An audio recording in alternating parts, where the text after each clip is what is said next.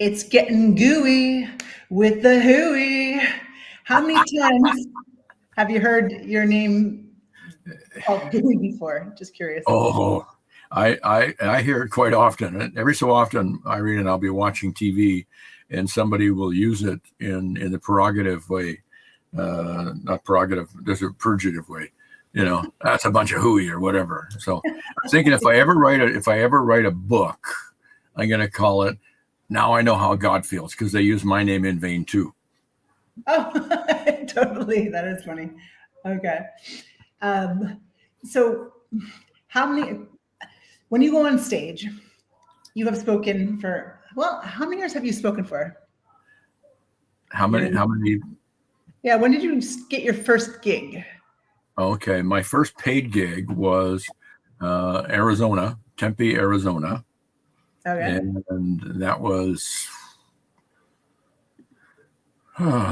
25, 26 years ago, something like that, I guess. I don't know. I had joined Toastmasters, and a few years after was when the speaking actually started taking off. And we were talking about it earlier. At that time, I was still making women happy for a living as a kitchen designer. Ooh. Pause in there after the making women happy for a living, but and we had set up the National Kitchen and Bath Association set up a speakers bureau. So I thought I got nothing to lose. I put something in the first year, nothing. The second year, I put it in again. And one of our chapters from Arizona hired me to come down and speak on time management. So I thought this is pretty cool. I flew down to Phoenix. They drove me to Tempe. I spoke in Tempe that night. They drove me back to Phoenix and dropped me off at the resort where they were putting me up for the weekend. And I spent the weekend. I spent all day Saturday sitting by the pool having a Pepsi and all that kind of stuff, and got together with some Toastmaster leaders on Sunday. And I thought, I could like this. They paid me $1,500 to speak for an hour, and I thought, this is not bad. Maybe this would be a good way to go instead of just doing it part-time. And about a year and a half later, I went full-time. Now, at this bathroom convention, did any women shout, "I love your pipe, Hooey," and throw their bra on stage? I know in the 80s, 90s, there was more bra and underwear throwing on stages. Did that ever happen to you? Yeah, just the grandmas, It's really funny. My groupies were about my age now, So you always had 30-year-older fans. Yeah, I had the grandmas loved me. What can I say? I didn't. Either the little kids or the grandmas, somewhere in between, especially when I was single, it just never happened. So not that I didn't wish it would, but it just didn't happen. So well, I think it might be the scarves, because they're like, look at this young man. He would wear a scarf because every time I see you, you're wearing a scarf. What's the scarf story? Are you in a past life a Frenchie? Well, yeah, maybe. Actually, the scarf is a more recent thing in about the last 10 or 15 years. And it actually started as an accidental style. Back when I lived in Vancouver, I used to teach at a couple of different colleges, and the one college I came in, it was winter, and so I'm wearing my overcoat and a scarf, and I took the overcoat off, and I was wearing the scarf like this. Only a scarf. And exactly. And I forgot to take off the scarf. And halfway through the program, one of the guys said, "Hey, I kind of like that style." I went, "What style?" He said, "The scarf thing." And I thought, really? So I've been doing it ever since. And the interesting thing said so. When I started speaking in Europe, all of a sudden it wasn't unusual because lots of guys in Europe wear scarves, whereas in North America here, not so many. But it's interesting. I was speaking in, I think it was for PSA Scotland, and Steve Lowell, who was at that time the president of CAPS, was also speaking, and his wife were there. And he walked up to me because we're both on the agenda, and he went, "Look, yeah, scarf, not disappointed." It's like an expectation, because people see it and go, "Where's your scarf?" And sometimes I go, "Well, I'm not speaking today, so I'm not wearing my scarf." Or I'm wearing a golf shirt, so it would look stupid to wear a scarf with a golf shirt. You know, I mean, Okay, I so don't mind standing out, but I don't want to look totally stupid, you know. just half stupid. Wow. So, those of you who are watching, Bob has been to 80 countries. And okay, for a European in their 40s, that might be like, well, okay, that's doable. Oh, yeah. Okay. But this guy's from Canada. This guy was lucky. I know you do speak a couple of languages. Did I read No. you speak a couple of languages? I got confused. English and English. Ah, okay. So other than the two, English from West Coast Canada and English from Toronto, Canada, 80 countries from a guy that lives in Alberta is out of this world, because most people in Canada, like my family, we were Europeans, but we still only went for 6 days a year down to Florida and ate all you can eat buffets, went to the beach, froze our asses off, but did it in a bikini and came back and repeat for 20 years straight. Where did you get this love for traveling from? Who taught you? I've always enjoyed traveling. I mean, I guess part of it came from when I was about 7. Okay. My dad took a posting. He was a Canadian, but he took a posting with Goodyear in California. And my mom, who was a teacher, obviously got a job and flew down. But I flew down with Dad, went down first, and then my mom, my sister, and myself flew down on what was then Western Airlines, an old DC-3, like with the props. And that was my first flight anywhere, and I kind of liked it. They gave me wings, junior pilot and all that kind of stuff. And for years, it just nothing happened, because for us as a family, our idea of vacation was to go visit relatives. We'd jump in a car and drive someplace, what we do. Yeah.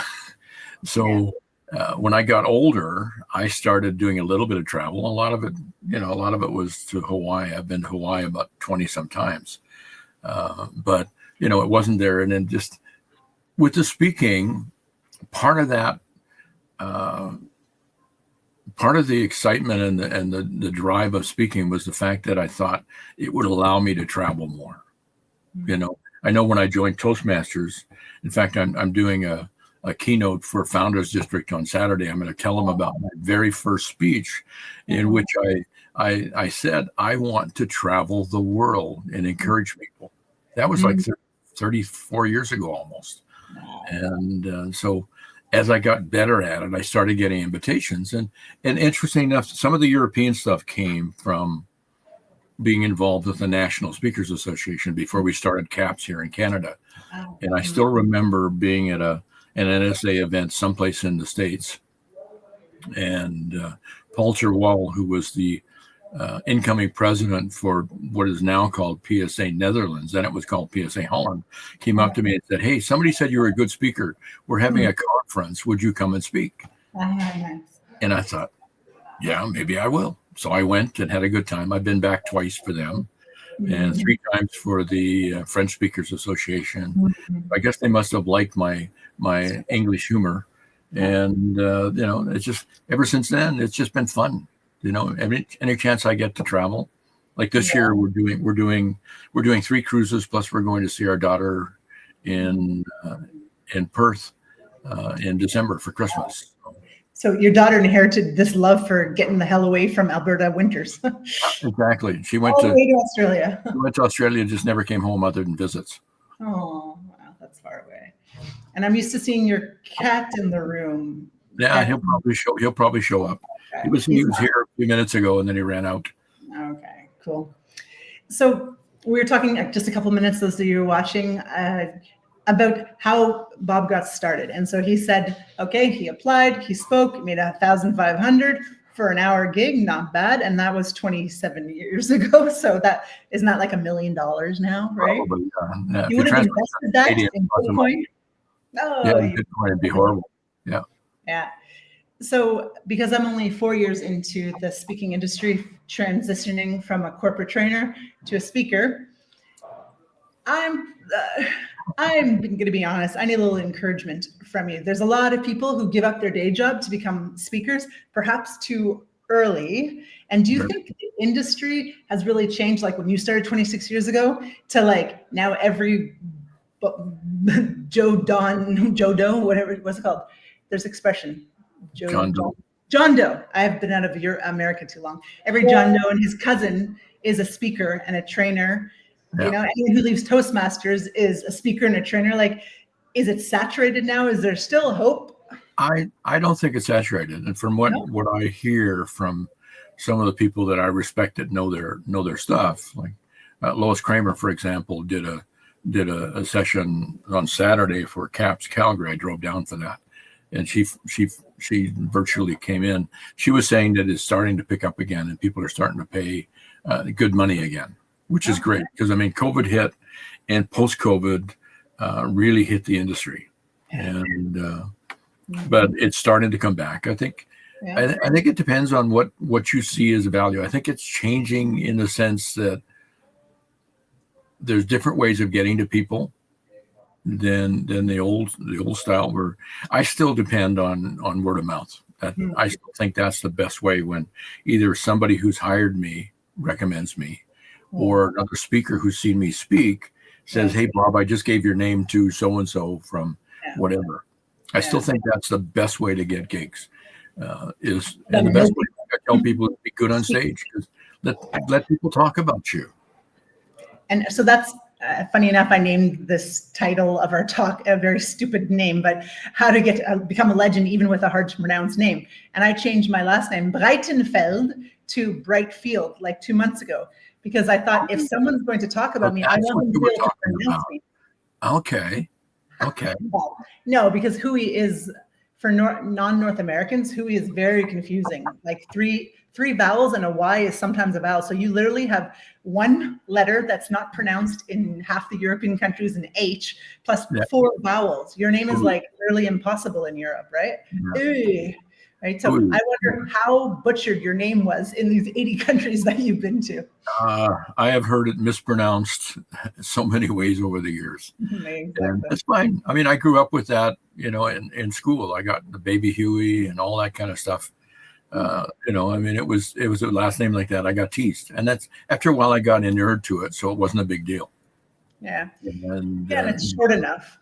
Yeah, it's the nice thing about it, if you do it backward, it's Yo Bob. No. Think about it. Yo Bob. That's hilarious. Okay. Cool. So when you were really in the busiest years, let's say, whatever those were in the last 26 years, you weren't doing like active outreach. You didn't have a sales person calling, and you paid the bills by word of mouth? Yep.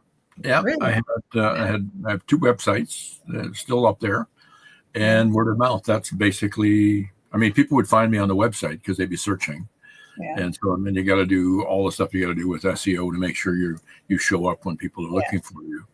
I mean, one thing that made a difference for me way back when is I added Canadian to my search, the things, because they were looking for a Canadian professional speaker or a Canadian motivational speaker,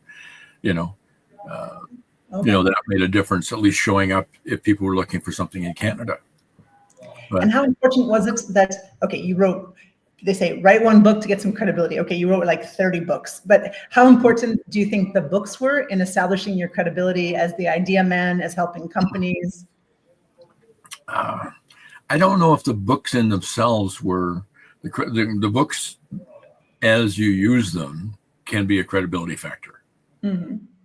And to be introduced as an author, speaker, and consultant is a little bit more panache than speaker. Yeah. Just because if you've written a book, maybe you know something.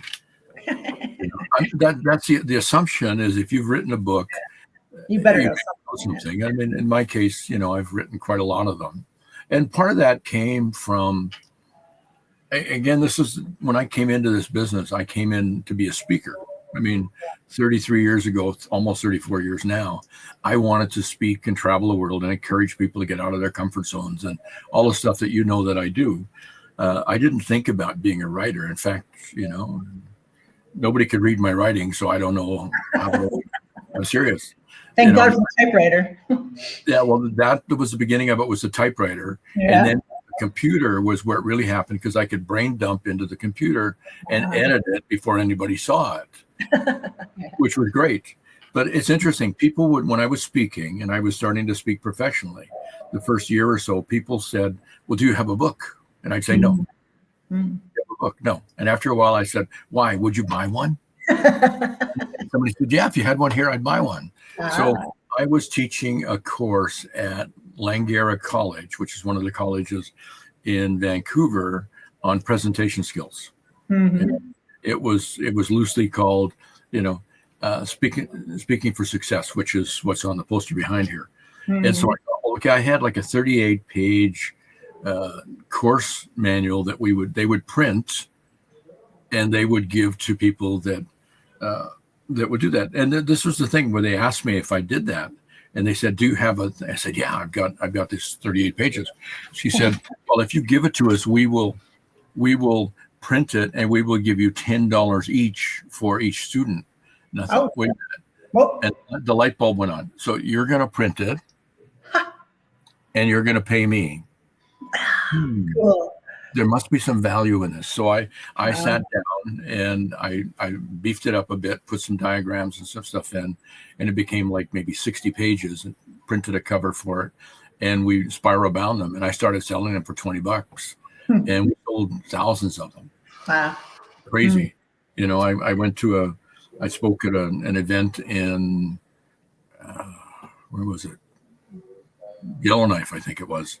And I came out after I was speaking, and I said, "Well, bring some more books out." Oh, we already sold them all. I brought like 50 books. Wow. And like $1,000 worth of books, and they were all gone. Wow. So I thought, okay, maybe there's a secret here.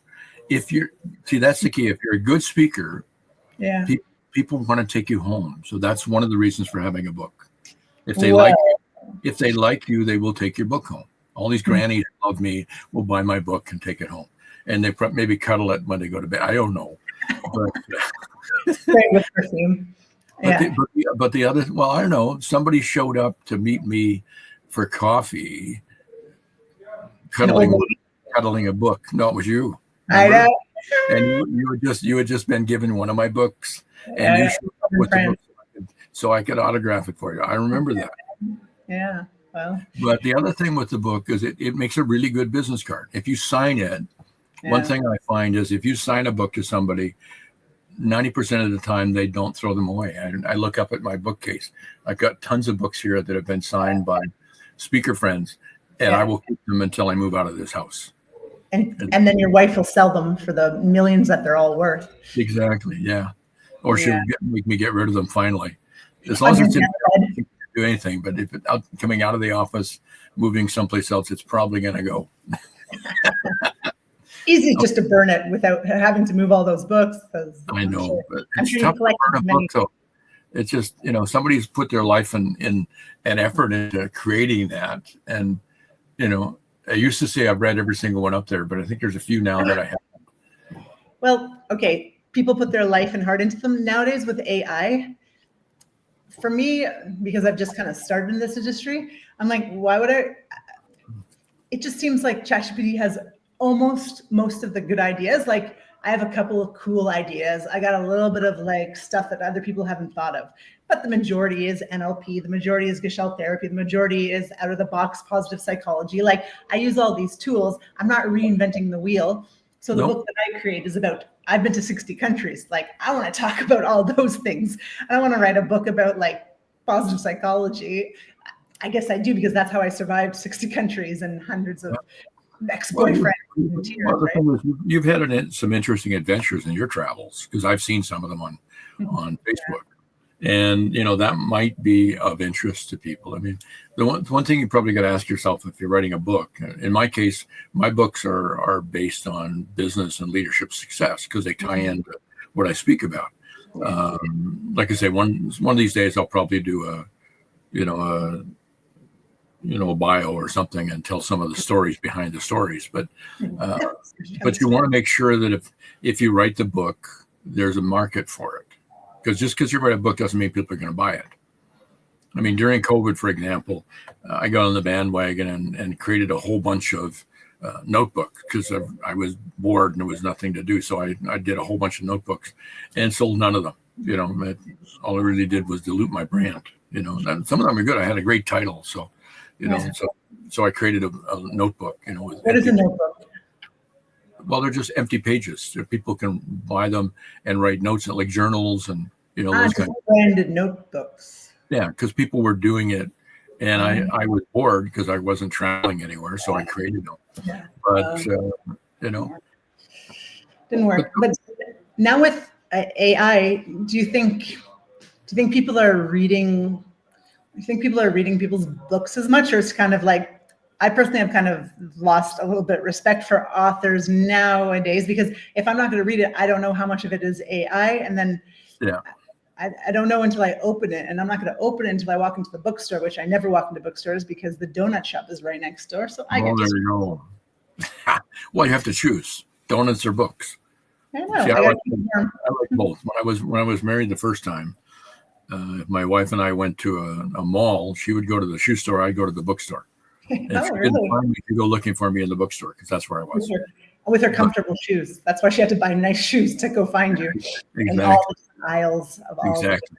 But I think the problem with some of that, one of the things that's happened in the book part of it, and I tell people honestly, it's never been easier to write a crappy book, and publish a crappy book.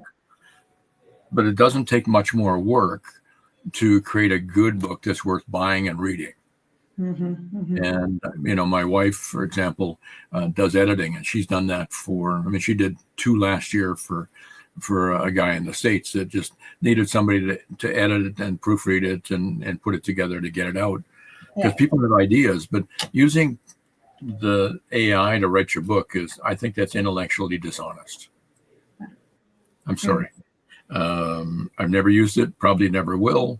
I'm curious sometimes to see what it would do. I know some people that will do that and get AI to do some stuff and they'll rework it. But I think the problem with AI is it goes out and grabs stuff from everywhere. So you don't know where they're grabbing it from. And you could find yourself intellectually stealing other people's property. Yeah. And I have a problem with that because I put a lot of work into my books over the years, and it's my material. It's material that I've developed and delivered, and the stories are mine. But I mean, that's the thing. When you were talking about stuff that's new, I think you can take something that people talk about and put your spin on it. That's what I do. Think about it. How many people write about customer service or speaking or leadership or whatever? But my books are my take on those things. Some of the things I suggest have been suggested for years. If you're in customer service, take care of your clients. Make sure you take care of what they need, giving them good selection, make it easy to do business with, blah blah blah blah blah. But you put your own stories in. It's like when you're a speaker. They hire you partially because of the content that you deliver, but they hire you as much for the stories. I don't know if you get this, but I get this sometimes. They say, make sure you tell the story about. It's like if you were a singer, which I'm not. In fact, I tell people, if you ever hear me sing, you'll know why I took up speaking for a living. But But they ask you to play some of the songs, and you think, the Eagles, they've done Hotel California forever. Yeah, but people want to hear it. And so, same thing with you as a speaker. Somebody hears you speak, and they hire you to speak for their group to say, make sure you tell a story about whatever, because that made sense to me. That resonated with me, so it'll probably resonate with my team. And I think that's part of it. When you're putting together a presentation, like here's the one I'm working on for Saturday. Maybe you can't see it, but so for this will develop a little bit into something more legible by Saturday. But this is me just saying, here's stuff that I could talk about for my keynote, and they're actually giving me a whole hour, which is amazing. Is it Founders with Bharat in Hong Kong? Yeah, no, Founders in California. Oh, okay. And so it's the beginning of a 2-day TLI for them. And the guy who's their program quality said, I've been following you on Facebook for years, and I decided that I need you to come and open our 2-day event. Wonderful. And we give you an hour, you can talk about whatever you want to talk about. So it's entitled On the Road Again, Creating Your Own Path. which gives me lots of latitude to share my stories and the lessons I've learned over the 33 years that I've been in Toastmasters. So it'll be fun. Well, that's what I was writing and telling my friends about. Well, I invited our mutual friends to watch this, and nobody really watches it live, but they watch it afterwards. So That's okay. you that are watching, Bob was at the virtual speakers online summit, like, I don't know, it was like 4 months ago now, and opening a learning session for California's Toastmasters, one of their most important clubs. And you still give back. You helped us at the Professional Speakers Association of Spain. You don't have to give back, like a lot of people don't give back, and you have all this energy and this kindness and a whole head of hair. It's like you're just not going to stop, are you? No, not until I drop. Well, I think part of that goes from when I started. There were so many people that helped me. Yeah. I mean, both in Canada, although we didn't have caps in those days until we invented it, and in NSA, the National Speakers Association, there were so many people that I got to know, and some of them are still really good friends. Like, you interviewed friends like Tim Gard, and so some of the same people I know, and they were very helpful, very generous, and very supportive when I got going. And it gets to the point where you get a chance to pay it forward. Why wouldn't you? Why wouldn't you? Well, because you're not as nice as you and to the Tim Guards of the world and all the people who let me interview them to suck all that amazing knowledge out of you guys is like, really, it's a gift, and it shows how generous the speakers are in the Global Speakers Federation. Yeah. Well, and the nice thing about it, just so you know, and for people watching this, when we get invited to speak at a GSF event, whether it's in Singapore or Barcelona or whatever, the speakers pay their own way to be there. Yeah. We don't get paid. It's not like our clients who pay us to fly. And it's like during COVID, it was so sad. Tim and I were supposed to be the opening speakers for the German Speakers Association at Stuttgart. And obviously that didn't happen because COVID. I mean, that was supposed to be an amazing year for travel. I was speaking in Singapore for APSA. I was speaking in Malaysia and Kuala Lumpur right afterwards because MAPS has their event like just following the Singapore one, because then the speakers are already there. Yeah. And then I was coming to Barcelona, as you well know, because we were going to do Destiny. We had 15 speakers that were going to be nice enough to fly in for the 3 days. Yeah. And then Toastmasters was going to be in Paris. So my wife told me, by the way, you're going to Paris. And I said, why? Because Toastmasters is going to be there. So you're going to go. She loves Paris. And Tim and I were going to be in Stuttgart. And it all went away because of COVID. All I did was a bunch of videos like this and sent some remarks. It's not as much fun because it's the people. For me, it's the people that keep me going. It's people like meeting you. And it's like when you came to visit us in that rainy day. Oh, yeah, that was It was a piss poor day. It really was. We were sitting outdoors, freezing. There was a cover over top of this rain. It was cold, and here she comes holding my book. We finally got a chance to actually meet. Yeah, I had to burn it later just to warm up. Well, at least it had some value then. There you go. At 88 pages of warmth. Yeah. Just joking. So you were in the bath industry. Just curious. Kitchen and bath. Modern Family? Yeah. Okay. Anyway, so he's in the cabinet industry, right? The main guy. And when he was getting started, he's like a very wealthy man. He marries that super hot Colombian woman, right? And he says, hey, you know what? Like when I was first starting this business, I was working the night job. And like almost every successful person has a pretty shitty start because it doesn't explode right away. No. And David Averin in his interview 3 weeks ago was saying like most speakers give up. And there's a book called 3 Feet from Gold.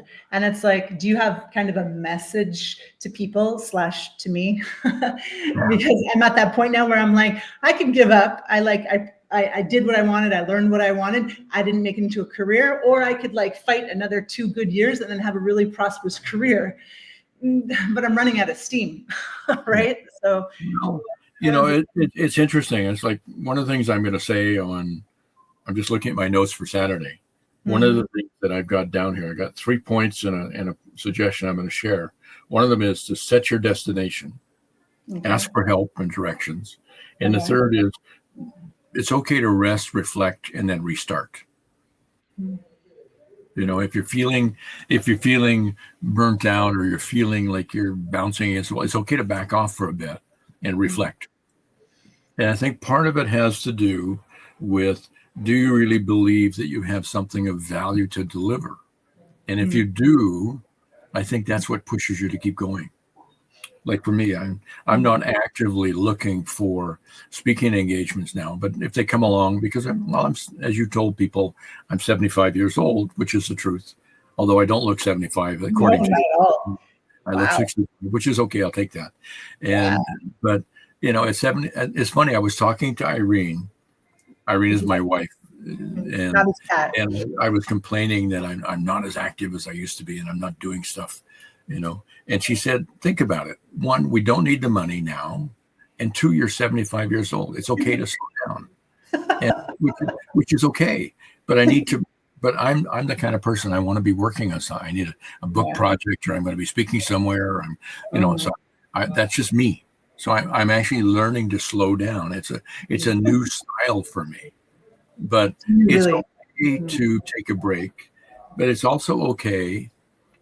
See, in this business, when you're getting started, there's a lot of people, like you say, that go full time too quickly, and then they struggle, and something happens. I mean, in my lifetime, I've seen that 9/11 happened. A lot of people went out of business because after 9/11, there was. I mean, I found it tough. I had 5 engagements cancel within the next 3 weeks, which took care of my fall.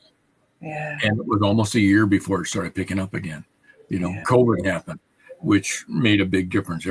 Some of them went online, which was, thank God, but some of them didn't. They just canceled and they never came back. But and I tell people when they're starting, it's okay to have a part-time job to pay for your speaking addiction. Because as you well know, when you're doing this and when you're on stage and the audience is with you and they're laughing and they're clapping and they're engaging with you, it's addictive. Yeah. You get to the point where you love it, and thank God my wife puts up with it. We travel, and I deliberately reach out to Toastmasters just to do stuff just because I'm going to be there and I want to give back. I did that in September. We did a 10-day Baltic cruise. So we flew into Copenhagen. I did an evening event for all the Toastmaster clubs in Copenhagen, just like I did in Barcelona, which is what's helped me meet the people who eventually started PSA Spain, because I was giving something. Yes. But I get more out of it than I give, because their applause and their engagement. Like when we were in Barcelona, they sent me a note about a week before we were going. By the way, we moved to a bigger space because we sold out the first one. They had a spot that had 50 people and said so they had like 70 some people show up. And we had a great evening. And Ian and Sarah were there, the 2 people that were involved, that said, we're thinking about starting an association, PSA Spain. And I said, well, I was involved in starting CAPS. So if you'd like, I'll help you with whatever I've learned. And that was the beginning of that for 2-3 years. And I'm happy to do that. I'm happy to do that, because if you've learned something, it's nice to share it with other people. Well, that's the nature of speakers. We're teachers, and we don't really want to keep it to ourselves, and we can hardly keep it to ourselves. So I think there's a certain type of personality. If 99% of the world is afraid to go on a stage, and we're the 1% that love being on a stage, I suppose that's a sign from the powers that maybe we should get away. The interesting thing is, some of the speakers, because you've been meeting lots of people, because you've been getting involved in some of the association stuff. Some of them are actually, if you meet them, they're introverts, but they're not on stage, which is really funny. Yeah. If you meet them, it's like with me, when I'm off stage, I'm not always running around going, hey, I'm Bob, blah, blah, blah. And I'm talking to people, and if people engage me, I'll get a conversation going. But when I'm on stage, I am sometimes larger than life. Yeah. But that's because the audience, I need to give something to the audience. So you dig in and you pull it out and you say, here it is. So at the end of your presentation, you've given everything you got. Yeah. Because the audience deserves your best. And then it's normal to be quite tired, like after giving all of that, right? It's because I feel tired after it because I feel like I've given a lot to the audience, but sometimes I'm like, oh, maybe I'm just getting old, but that's part of it, right? Sometimes you've pulled the energy. I mean, I'll give you a couple of stories where you just do that. I was speaking in Mumbai, India, and I've got the video so I can look back. Partway through my presentation, something happened to my back. And I did something wrong, and it was, so I carried on and finished my presentation, talk to people a little bit afterwards, and went up to my room and lay down because I was in like real pain. I was in pain for the next 3 or 4 days until I met Irene in Paris. I said, bring the Voltaren and all the stuff you can do because my back is in bad shape. So I went to the chiropractor when I got home, and because I had twisted something. So you carry on and you do what you do. I was speaking in Cape Town, South Africa, because they'd asked me to come speak. And I said, if I can speak on April 18th, which was going to be the day we were going to do, one of the days we were going to do in Barcelona, which was my birthday, I will come. And so I'd had a rough night. I was throwing up all night and just whatever. I got on stage and nobody knew that I was really sick.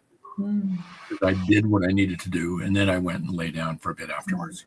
But that's what happens. You have a dedication to delivering your best to the audience that pushes you even when you're sick. Now, obviously, if I had a broken leg, I probably wouldn't be hobbling on stage. But short of something like that, I probably would show up.